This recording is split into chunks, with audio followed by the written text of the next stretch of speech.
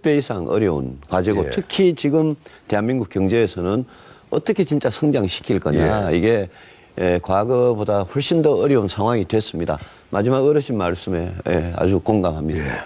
예. 뭐 조금 이따가 경제 일반 정책에 대해서 다시 또 말씀하실 기회가 있을 것 같고 먼저 질의응답 전에 질문은 가급적 30초 이내로 해주시고 이 시간의 제약 때문에 그렇습니다. 답변은 1분으로 제한을 하는데 뭐 초과하더라도 상관은 없습니다만 노력하겠습니다. 그래서 초시계가 가동될 겁니다. 먼저 정치 일반에 관해서 어느 분, 이원 부장부터 먼저 하시죠. 네, 제가 하겠습니다. 어제 실시된 재보궐선거에 대해서도 앞부분에 대해서 질문이 나왔는데 이건 꼭 여쭤보고 지나가야 될 것 같습니다. 30개 선거구 중에서 12개 지역에 바른정당이 냈는데 여기서 2곳만 당선이 됐습니다. 여기에 대해서 이게 유 후보께서 엄청나게 해당 지역에 특히 TK 지역에 가서 선거운동하고 그랬는데 이 선거운동 결과가 바른정당에 대한 평가가 아니라 유승민 후보에 대한 그런 평가라고 혹시 생각하지 않습니까? 아니요. 저에 대한 평가라는 그 부분도 있겠죠. 저는 뭐 그게 섞여 있다고 생각합니다. 그만큼 이 선거 시작할 때 어제 재보궐선거는 바른정당 또 제 입장에서는 굉장히 지지도가 안 좋을 때 했고 또 대구 경북 지역뿐만 아니라 다른 지역도 지금 저희들이 지지도를 금방 그렇게 회복하는 이 계기가 쉽지 않은 그런 상황이 있다는 걸 인정합니다. 오늘 근데 나온 또 한 여론조사에 따르면 심상정 후보에게도 좀 뒤지는 결과가 한 곳에서 또 나왔습니다. 어떤 하나 트렌드를 이제 보여주는 그러한 건데 전체적으로 제가 하나 이렇게 분석하는 것은 이건 바른정당이나 그런 또 문제일 수도 있지만은 유승민 후보는 내가 보수의 적통이다라고 주장을 하는데 보수 후보라고 보고 있지 않기 때문에 보수 쪽에서 물론 뭐 박근혜 프레임도 있겠지만은 이런 여론조사 트렌드도 나오고 자꾸 좀 꺼져가는 죄송합니다. 이런 얘기를 할 수밖에 없어서 그런 현상이 나온다라고는 생각하지 않습니까? 새로운 보수를 한다는 게 쉽지는 않겠죠. 그런데 분명히 보수고요. 저는 뭐 이 출마를 결심을 하면서 대한민국의 보수가 가야 될 방향에 대해서 저와 동지들이 결심을 하고 이 새로운 당을 시작을 했기 때문에 지금 어떤 지지도 가지고 실망을 하거나 저희 뜻이 꺾이거나 이런 부분들은 전혀 없습니다. 저는 오히려 자유한국당이 보수를 대표할 수 없는 당이다. 그 점을 분명하게 생각하고 있고 지금 현재는 안철수 후보한테 보수표가 상당히 가 있다고 봐야 되는 거 아니겠습니까? 근데 이제 문재인 후보를 이렇게 거부하는 그런 보수표들이 안철수 후보가 보수를 대표할 수 있는 것으로 지금 착각하고 가 있는데 그런 점에서 저는 안철수 후보가 결코 특히 국가안보 차원에서는 결코 보수를 대변할 수 없다는 점을 요즘 열심히 설명을 드리고 다니고 있습니다. 반문재인 표는 다시 돌아올 수 있다. 이준환 교수 질문하시죠. 새누리당으로부터 이제 나올 때 지지율보다도 지금 점점 지지율이 올라간다는 느낌을 못 받고 있지 않습니까? 그 원인은 도대체 뭐라고 생각하시는지요? 저희들이 아까 그런 이야기 많이 했습니다만은 저희들이 사실 탄핵을 주도했고 탈당을 했던 겁니다. 탈당을 어떻게든 보수가 나눠지는 걸로 국민들한테 비쳤겠죠. 그래서 저희들이 무슨 배신이다 이런 이미지까지 덮어쓰고 있는데 양쪽에서 지금 공격을 받고 있습니다. 탄핵에 찬성하신 국민들 소위 80%는 지금 문재인, 안철수 후보한테 눈길이 가 있고요. 진보정당 후보들한테 눈길이 가 있고 탄핵 반대했던 분들이 국민들이 우리를 보기가 굉장히 힘든 거니까요. 그런데 저는 보수의 어떤 적통, 누가 보수 적자냐, 보수 대표냐, 이거를 둘러싼 저와 홍준표 후보의 경쟁, 바른정당과 자유한국당의 경쟁, 이거는 저는 대한민국 정치사에서 굉장히 중요한 경쟁이라고 생각하고 저희들이 이 새로운 보수의 씨앗을, 불씨를 살릴 수 있으면 저희들이 어떤 노력이라도 해야 된다고 생각을 하기 때문에 약간 그런 사명의식을 갖고 있습니다. 그래서 방금 말씀하신 대로 여론조사 지지도는 지금은 굉장히 고전을 하고 있는데요. 그 부분은 저는 여론조사가 그동안 지난 몇 달간 워낙 널뛰기를 많이 해가지고 지금 안철수 후보한테 가 있는 보수표가 끝까지 5월 9일 날 그대로 안철수 후보를 찍을 거냐. 저 사람들 보니까 뒤에 박지원 대표가 있고 대북 송금 사건에 사드 반대 햇볕 정책에 국가안보 이렇게 중요한 시기에 맡길 수 있겠느냐. 이 부분에 대해서 국민들이 생각을 하시기 시작하면 저는 바뀔 수 있다고 봅니다. 단기간에 굉장히 널뛰기 많이 했습니다. 예, 제가 양념 삼아 한 질문 드리면 요사이 3자 선거가 유행 중입니다. 예. 그래서 유찍문 이런 얘기도 있거든요. 예. 유승민을 찍으면 문재인이 된다. 예, 딱 한마디로 어떻게 답변하시겠습니까? 유죠. 유찍유입니까? 유승민을 찍으면 유승민이 된다. 예, 네. 이한부장 보수 적통의 문제가 나왔기 때문에 오늘 사실 토론에 좀 의미가 있다고 생각을 합니다. 누가 보수 후보인가? 지금 이걸 가지고서 이제 유승민 후보가 나야말로 진짜 보수 후보라고 생각하는데 예. 저는 조금 다른 견해를 좀 소개를 해볼까 합니다. 예. 오늘의 정치인 유승민을 만든 건 아무래도 2015년 2월 2일에 새누리당의 원내 대표가 됐고요. 그리고 2015년 4월 8일에 교섭단체 대표연설을 하지 않았습니까? 제가 이 교섭단체 대표연설을 프린트를 해왔는데 네. 제가 그 당시에도 읽고 이걸 몇 차례도 읽고 했는데 네. 아마 이 교섭단체 대표연설로 인해서 상당한 파장이 일었고 네. 당시 상당수 또 신문들이 이게 보수당의 이런 원내교섭단체 대표의 연설이냐 이렇게 했었고 또 반대로 민주당은 환호했던 걸 아마 기억을 하실 겁니다. 이런 내용이 당시 있습니다. 새누리당은 고통받는 기업의 편에 서겠습니다. 가진 자, 기득권 세력, 재벌 대기업의 편이 아니라 고통받는 서민 중산층의 편에 서겠습니다라고 했는데 제가 당시 이걸 보고 깜짝 놀랐습니다. 그동안 이렇게 가진 자하고 안 가진 자를 나눠치게 하는 거는 소위 말하는 좌파와 진보 쪽에 어떻게 보면 전유물이었는데 대한민국에서 열심히 일해서 또 조금 가지게 된 사람하고 또 대한민국의 경제 성장했던 재벌 대기업을 이렇게 어떻게 청산해야 될 어떻게 보면 적폐 세력으로 쳤는데 결국 이러한 것들이 지금의 유 후보를 많은 사람들이 보기에 뭔가 보수의 적통으로 보기에는 문제점이 있다 이렇게 생각하기 때문에 지금 유승민 후보의 지지율이 좀 뜨지 않는다. 좀 이렇게 생각하지는 않습니까? 지금 중간에 말씀하시면서 굉장히 점프를 하시는데요. 제가 가진 자의 편, 재벌 대기업의 편에 서지 않겠다 그랬지 그 사람들을 적폐라고 그러고 청산 대상이라고 그런 적이 없습니다. 그런데 제가 한 거는 지금 잠깐만요. 연설문을 그대로 들고 나왔고요. 여기 제가 말씀드린 거는 이 사람 아니요, 세상을 이렇게 두 개로 이렇게 나눈다라는 거는 그건 뭔가 좀 아니죠. 보수세력의 제가 개선은 나누는 게 아닐 거 아니죠. 아닙니까? 거기에 제가 말씀드린 취지는 왜 보수 정당이 가진 자의 편, 부자의 편, 재벌 대기업의 편을 들어야 되느냐. 편이라는 거는 특혜를 주는 겁니다. 그분들을 해체하고 청산하고 사라져야 될 적폐의 대상으로 본 게 절대 아닙니다. 왜 우리 보수당은 어렵게 사는 중산층 서민 그분들을 위한 정치를 하면 왜 안 되느냐라는 의문을 제기를 한 겁니다.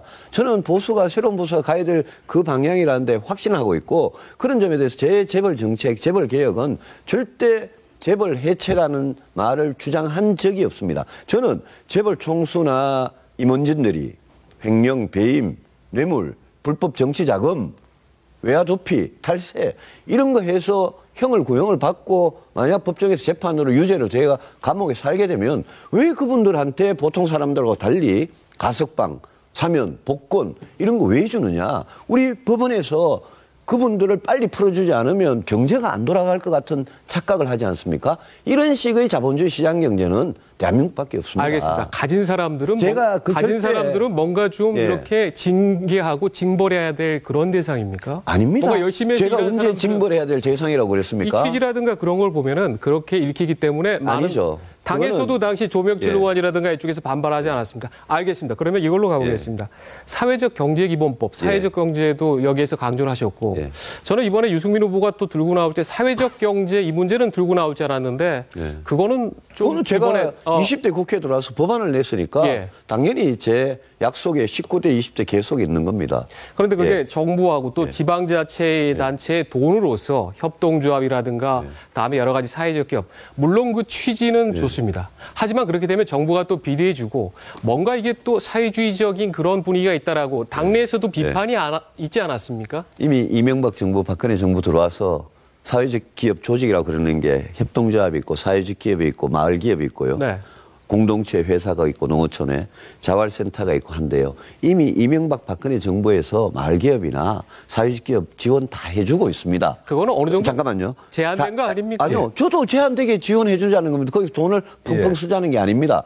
사회적 경제라는 게 사회적이라는 말 때문에 사회주의라고 이야기하는 분들의 의견에 대해서 저는 결코 동의하지 않습니다. 알겠습니다. 그럼 대통령이 되시면 사회적 경제 기본법 이 여기에 대해서는 지금 계속 해오신 대로 계속 그렇습니다. 추진하겠다는 그런 방식이신 거죠? 예, 뭐 어차피 정책에 또 들어가면 또 한 번 그 문제가 나올 것 같은데 미리 답변하시는 걸로 하고, 이준환 교수. 예, 유승민 후보는 소신이 굉장히 강하고 원칙도 뚜렷하다고 이렇게 보이는 정치인인데 지금 대표적으로 뭐 증세 없는 복지에 없다 이런 말씀도 끝까지 고집하시지 않습니까?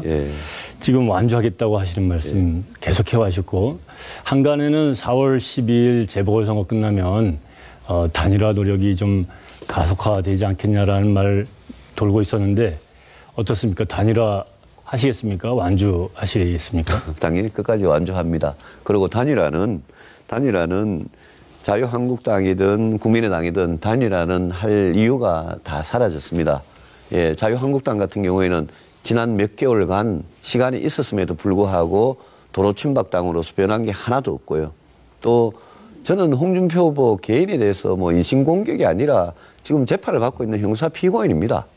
형사 피고인이 어지간한 공당에 국회의원 공천도 저희들은 그렇게 안 줍니다.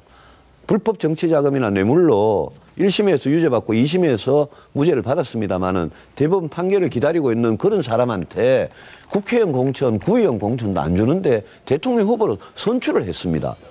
그래 자격이 없다고 생각하는데 자격이 없다고 생각하는 분하고 또 자격이 없다고 생각하는 당하고 단일화 없습니다. 국민의당에 대해서는 아까도 말씀드린 대로 그쪽은 박지원 대표, DJ 햇볕 정책, 대북 송금 사건, 사드 반대 거기에 얹혀있는 후보가 안철수 후보이기 때문에 저희들은 지금과 같이 안보가 위중한 상황에서는 단일화 할 수 없다 그 말씀 드립니다. 근데 여기 토론에 나오기 전에 바른정당의 이제 모 의원하고 한번 통화를 하고 왔습니다.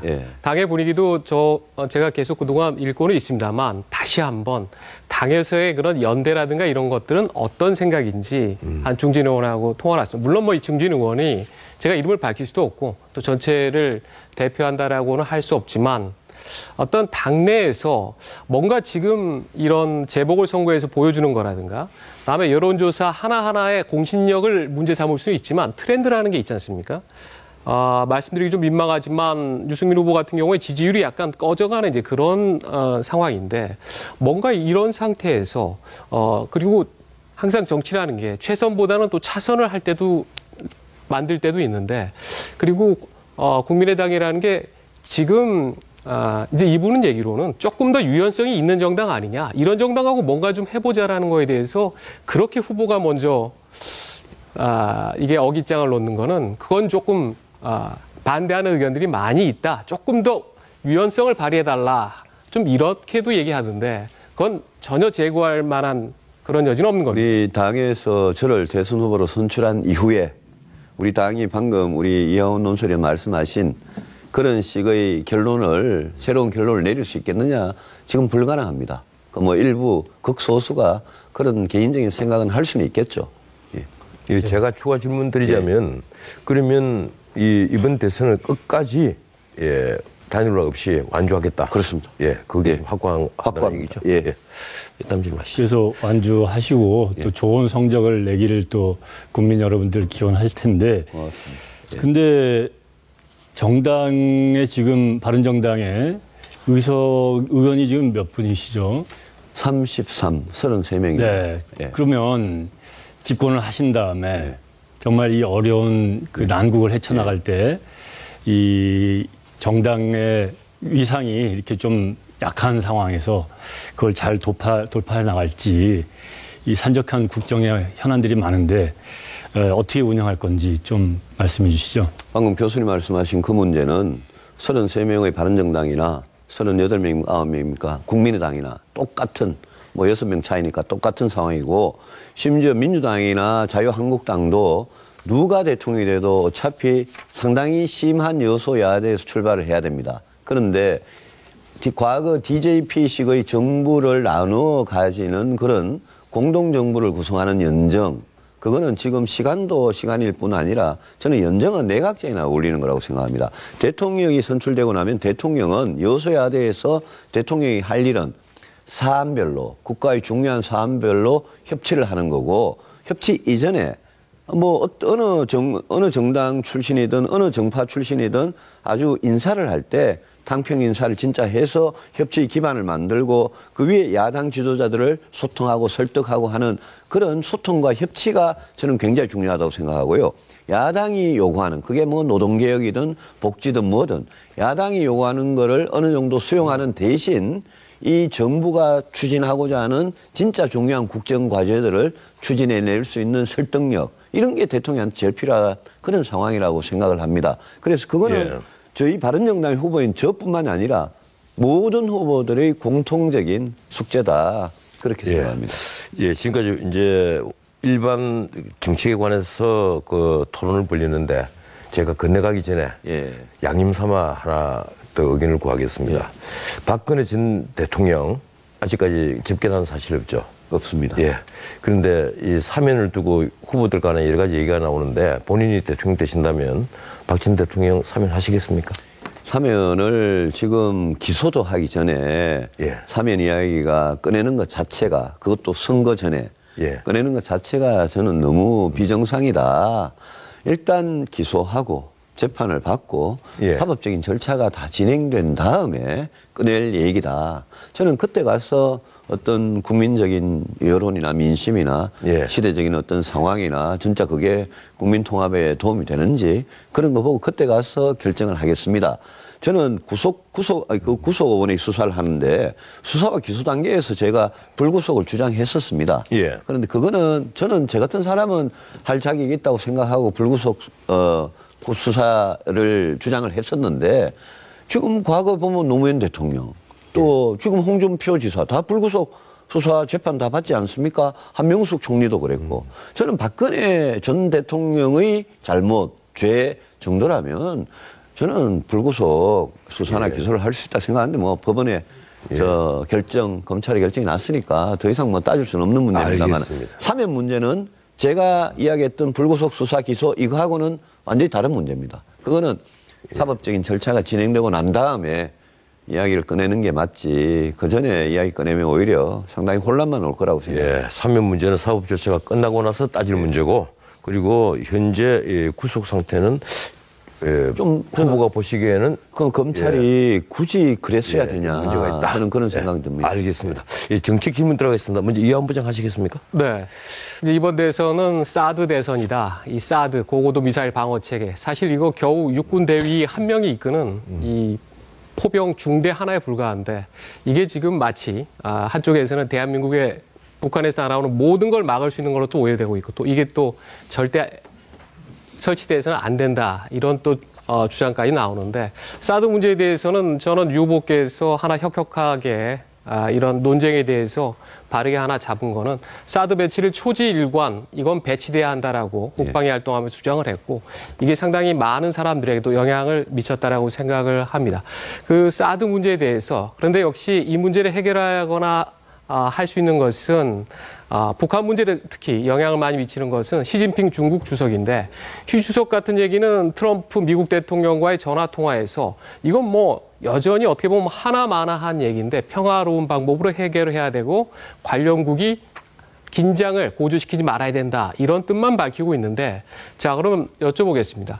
시진핑 주석을 결국 움직여서 현재 한한령도 풀고 이 사드 문제를 해결해야 되는데, 시진핑 주석에게 대통령에게 당선되면 어떤 방법으로 접근해서 김장수 주중대사는 아무도 못 만나줘서 안 만나줘서 투명인간이라는 그런 별명까지 붙였다는데 어떻게 해결하겠습니까?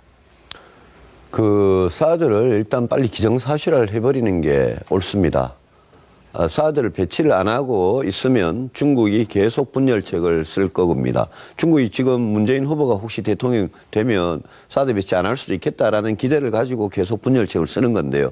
저는 그랬습니다. 가급적 5월 9일 대통령 선거 이전에 그거는 미국에서 본토에서 공수해가지고 설치하면 되는 거니까 말씀하신 대로 일개포대입니다. 그냥 48발의 요격 미사일에. 그래서 그거는 5월 9일 이전에 빨리 배치를 완료하고 기정사실화하고 중국에 대해서 이거는 우리 안보주권, 군사주권이 문제이기 때문에 더 이상 아무리 거론해도 우리는 꼼짝도 안 한다라는 점을 분명히 하고 그다음에 이 경제보복 문제를 어떻게 해결할 거냐라는 문제가 남습니다. 저는 한미동맹이 무엇보다도 중요한 시점이고 그래서 중국의 경제보복 조치를 해제하는 것도 뭐 미국의 도움을 받을 수 있으면 받는 게 좋고요. 제가 대통령이 되면 반드시 이 중국 시진핑 이번에 우다웨이 대표를 만났는데 우다웨이 대표도 처음에는 사드에 대해서 엑스밴드 레이더를 이유로 강하게 반대를 하다가 제 설명을 계속 듣고는 상부에 보고하겠다 이러면서 제가 이 사람들하고 부부장이 그런 얘기를 했습니다. 상부에 보고를 하겠다. 제가 이 사람들 설득할 가능성이 있다. 이 사람들이 알고 있는 일단 팩트 자체가 틀리다. 또 하나 좀 중요해서 한마디만 더 드리면 이거는 박근혜 정부가 초반 3년을 굉장히 잘못했어요.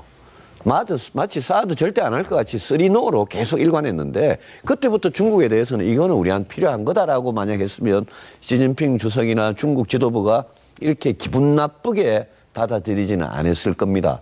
그 점을 제가 분명히 확인을 했고요. 그래서 그 점에 대해서는 지난 박근혜 정부 초반 3년에 사드에 대해서 쓰리노 요청도 없었고 협의도 없었고 결정도 없었다. 이런 식으로 대통령과 국방부 장관이 계속 연막수를 친 거. 그러다가 갑자기 작년 7월 8일 결정한 거.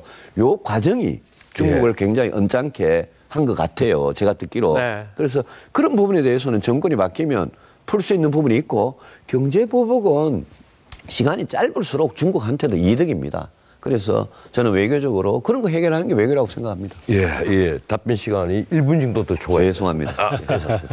이 교수 질문하시죠. 네. 지금 사드를 이제 계속 도입을 해야 된다는 입장을 가져오셨었잖아요. 그렇습니다. 그런데 일개 포대 대대에 불과한 규모인데 그걸 이렇게 도입하면서 국론을 분열시켜야 된다.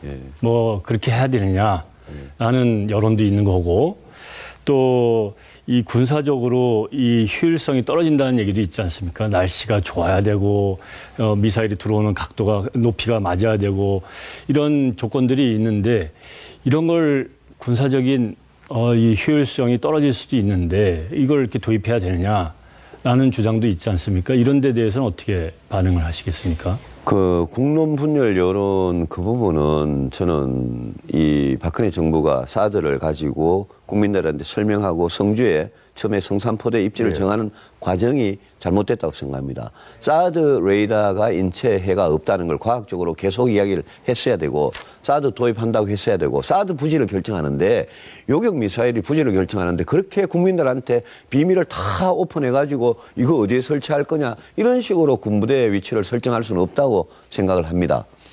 군사적 효용성은요. 사드가 북한의 핵미사일을 100% 요격하지 못합니다. 그래서 이스라엘 같은 나라가 패트리어트 수준, 에로2 수준, 에로3 수준 이래가지고 무슨 다윗의 돌팔매 이래가지고 새로운 걸 개발하고 그래서 다층으로 하는 겁니다. 뭐 한 가지가 100% 요격할 수 있으면 다층으로 그렇게 방어를 할 이유가 없죠. 우리도 패트리어트2 그거 미사일 맞추지도 못하는 구형 패트리어트 갖고 있다가 팩3를 이제 패트리어트3를 내년에 처음 도입합니다. 그리고 사드 가면 이제 처음 중층 방어를 하는 겁니다. 그래서라도 우리 국민들 생명을 지키는 확률을 0%에서 70%, 80% 높이는 거는 너무나 당연한 일이라고 저는 생각을 합니다. 이영 부장 다른 질문 하시죠. 네, 북핵 문제가 지금 가장 큰 안보 현안 중에 하나고 그리고 이제 한 달도 남지 않은 대선에서 이게 상당히 이 문제가 어떻게 해결돼 갈 것이냐. 물론 뭐 해결은 당분간 어렵겠습니다만은. 근데 이런 문제에 대한 하나 대응책으로 유승민 후보께서 주장한 거는 핵무장 단계는 이건 좀 그러니까 전술핵을 들여오자. 그래서 이거를 나토식으로 미국하고 한국이 공동으로 운영하자라고 했습니다.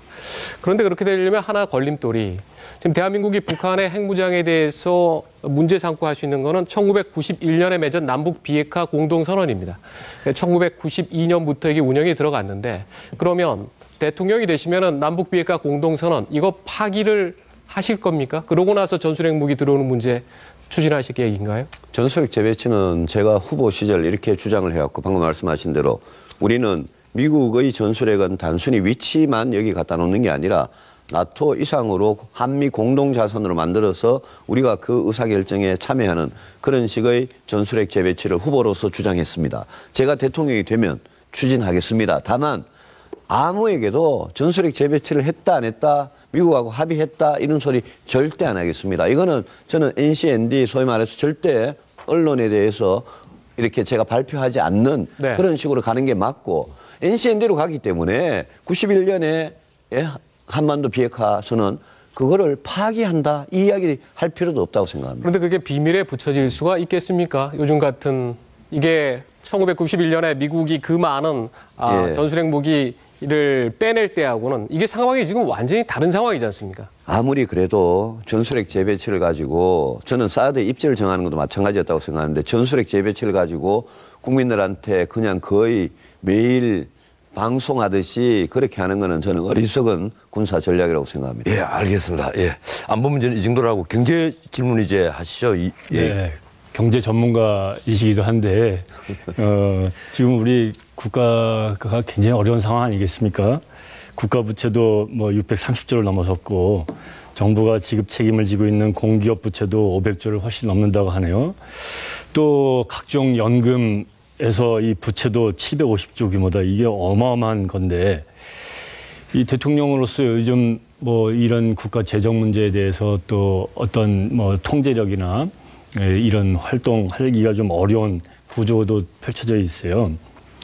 자, 이런 어려움, 빚을 늘리지 않고 이런 거 어떻게 해결할지 국가 재정 어떻게 완화시킬지 한번 말씀 좀 해주시죠. 제가 말씀드린 몇 가지 정책들이 있습니다. 주로 교육, 그다음 복지, 노동, 이런 문제, 주로 뭐 저출산 문제 해결은 양극화 문제 해결은 그런 정책들이 자칫 제가 정세 없는 복지는 허구다는 말을 했다가 이제 핍박을 받았는데 저는 대선 후보로 출마하는 사람들이 이 가계부를 쓸 때 내가 예컨대 5년 동안 지금 정상적으로 오는 이 재정보다 200조 원을 더 쓰겠다라는 그런 여러 가지 프로그램을 공약을 하지 않습니까?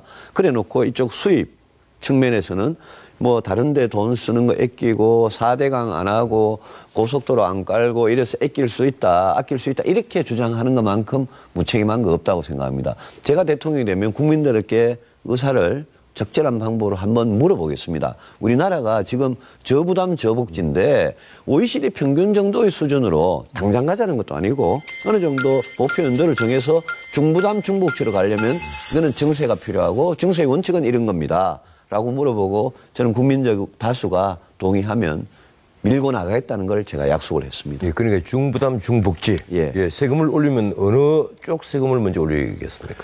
그거는 지금 딱 잡아서 요거다 이렇게 말씀드리기보다는 제가 제일 먼저 건드릴 거는 법인세하고 소득세고요. 예.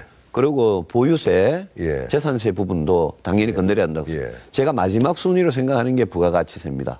예, 그러니까 서구에서처럼 소비과세를 먼저 올리는 것이 아니고 예. 일단은 소득세와 재산세 소득세, 재산세를 좀 무진 구조를 강화하겠다 이런 뜻입니다. 예, 알겠습니다. 다음 기회가 있다면 그 문제를 또 한번 또 논의 한번 하기로 하죠. 예, 다음 질문 하시죠. 예. 지금 나오는 중부담 중복지도 원내교섭단체 대표 연설을 할 때 사실 이 내용이 이게 어떻게 보면 유승민 정치 이제 바이블이라고 하시는 이 내용들이 다 들어가 있는데 세금을 내는 납세자의 한 사람으로 뭔가 저도 세금을 좀 올린다 그러면은 이제 약간 신경을 좀 쓰고 또 그렇게 되는데 지금 우리 같은 경우에는 사실 세금을 안 내는 분들도 상당히 많은 숫자고 OECD 규모의 국가에서는 그런데 이게 가장 이제 박근혜 전 대통령하고도 마찰을 빚은 부분이 증세 없는 복지는 허구라는 거였는데 그런데 이런 것 때문에 또 사람들이 박 전 대통령을 2012년에 또 찍었던 하나의 이유이지도 않을까 싶은데 자, 세금 부담 이게 갑자기 또 중부담으로까지 올라가면 많은 국민들이 또 상당수 어떻게 보면은 중산층들이 내는 건 얼마도 안 되더라도 거부감이 좀 있지 않을까 저는 약간 그런 생각을 납세자의 한 사람으로 좀 해봤습니다. 저부담에서 중부담으로 갑자기 올라간 일은 결코 없을 겁니다. 왜냐하면요. 조세부담률을 올린다는 게 이게 보통 어려운 일이 아닙니다. 우리 조세부담률이 18, 19% 수준인데 OECD 평균이 한 26% 정도 됩니다.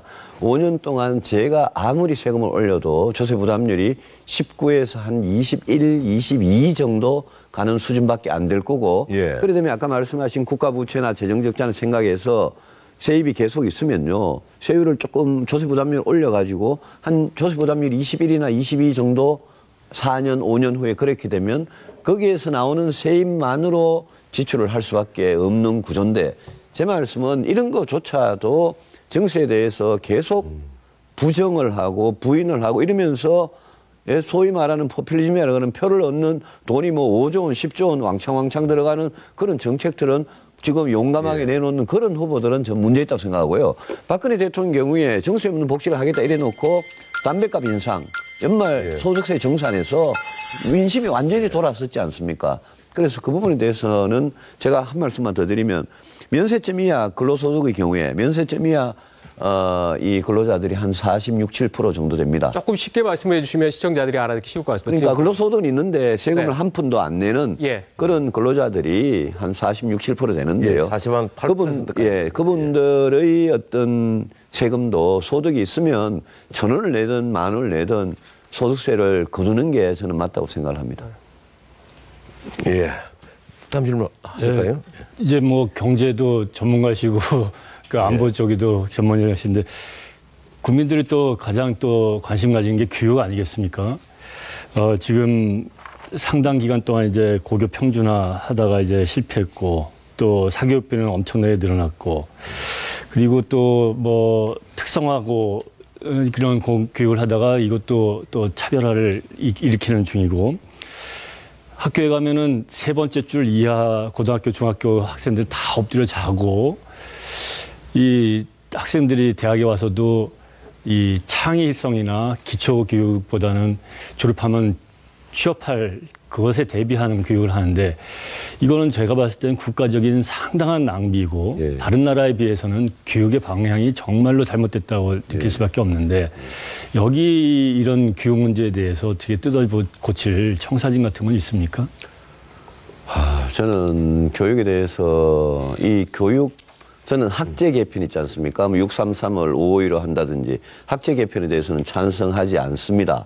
학제 개편은 그거는 프랑스나 독일에 옛날에 진짜 지금 4차 산업혁명을 이야기하는데 1차 내지는 2차 산업혁명할 때 도제 시스템에서 나온 게 그 551이라는 학제 제도고요. 그거는 찬성하지 않는데 633을 그대로 가더라도 공교육, 학교 교실 안에서 선생님과 학생들 사이에서 일어나는 그 교육의 내용 그거를 획기적으로 좀 바꿔보고 싶습니다. 그걸 위해서는 수강 신청제도 도입을 하고 또 그걸 위해서 일반고 공교육이 너무나 황폐화되어 있으니까 저는 특목고나 이런 것 중에서 자사고하고 외고는 좀 폐지를 하고 싶다. 그런 생각을 가지고 있고요. 나머지 뭐 과학고나 예능고는 최고는 그대로 두더라도 그다음에 대입도 대학 입시 제도도 사교육부에 아주 주범이 되고 있는 논술은 폐지를 하고 학생 종합 기록부 위주로 좀 가자 이런 생각을 갖고 있습니다. 이제 시간이 거의 다 되는데 제가 짧게 애드립 질문 하나 드리겠습니다. 우리 그 국가 경제 한 2%대 성장이 벌써 3년째입니다. 그 성장을 하지 않고는 뭐 세금도 더 거둘 수도 없고 원하시는 정책도 아마 폐지 못할 것 같고 재정 건전성 회복도 어려울 것 같은데 그렇습니다. 무슨 방법으로 성장할 수 있는지 한 30초 정도로 답변해 주십시오. 대통령이 되자마자 당장 통하는 성장 방법 쉽지 않습니다. 당장은 IMF 위기 같은 게 안 오도록 막는 게 급선무고요.